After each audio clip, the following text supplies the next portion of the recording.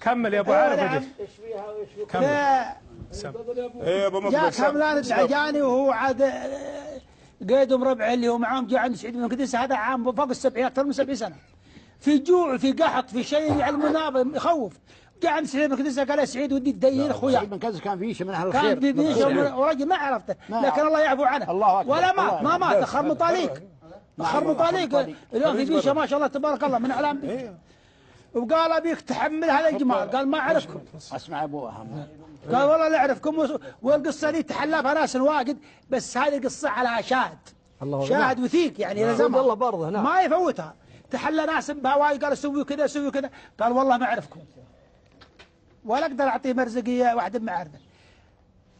قال بعطيك كفيل، قال لا جيت بكفيل ابشر. خير ام ماجد. اي والله الله ويكتب اجرها على الهدايا هذه الجميله. وهذه تقول سليم، هذه هديه من ام ماجد. ام ماجد نمشان، هذا مريض تعبان. الله يشفيها. سوي دعاء. الله اكبر. هذه لك. المهم قال بعطيك كفيل، قال لا جيت بكفيل يا سعيد سوي دعاء. ابنك يا هملان الدعجاني اعطيته. الله يتقبل. الله قال بربط لك وجهي واعطيك من شعر لحيتي. قال ما تكفي، قال لا بتكفي. من انبتها في الوجه؟ قال الله. قال تضمن لك حقك. حيوان الرجال في اخذ شعر من شعره، قال هذه ضمانه عندك وحمل الجماديل لها اللي من الدعاجين واللي من غامض اخويا. اسمع يا سعد القصه يا اخي كيف شعرت الحين.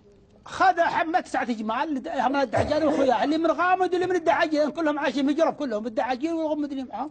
ورجعوا للديره ويم خذوا وجاهم المطر وجلوفه جاء الحتل. جاك من الدعجاني بحق سعيد بن قديسه. بيض الله وجهه، الله يرحمه بيض وجههم حتى تحضر. الله يرحم المسلمين الجميع.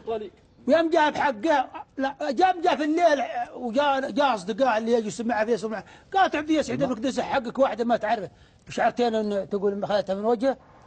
يعني هذا منها الشعر بس. ايه بطلع بشعر. قال ضاع لي اكثر من مراح وان جتهم ما جت ضايقوه، يقول ما رقد ذاك الليل. نعم. يوم جاء على حتلها وجاينا هملان بحقه كامل. فعاد سوى قصيده، ما يدري يثبت القصيده، يقول يا ابن قديسه جيناك ما تعرفنا. وقدرت الشعر وجينا والحانه. ايوه. ونعم والله. نعم. يا ابن قديسه جيناك ما تعرفنا، وقدرت الشعر وجينا والحانه. قدر الشعر وجينا والحانه. ويا ابن قديسه فعلك يجمل ربعك، جملت غامد والكريمه معانا 9 أجمال حملت من بيتك. الله يقول ثانية دون اللي حدث يا ابن قديسه جيناك ما تعرفنا، وقدر الشعر وجينا والحانه. وثانية دون اللي حدث الحاجه، وربطت لك من لحيتي ووفانا.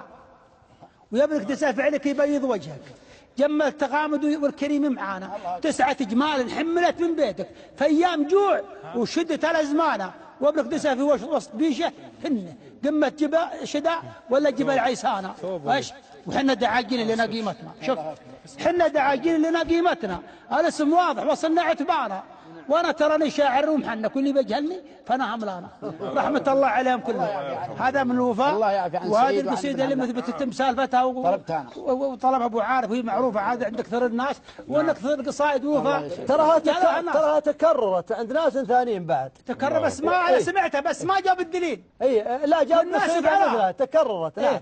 وجه الخير يتكرر منهم الامور. دحين فعلت فعل ابو صالح طيب وصنعته يمكن افعله. يا سلام. ويفعل فلان اكيد. نعم. يفعل فلان وكل العالم تمشي به. تكررت قصه جابها ابو شيء. في احدهم فيها الطيب موجود في الرجال. الطيب ما محكور لحد يعني. نعم قلنا تكررت. تكررت بالرجال واحد. اللهم صل وسلم. هذه جاني رساله تقول الله يوفق هالشيبان ويوفقهم وييسر امورهم الاباء، وحنا نرجو منهم الدعاء لنا من الله ييسر امورنا.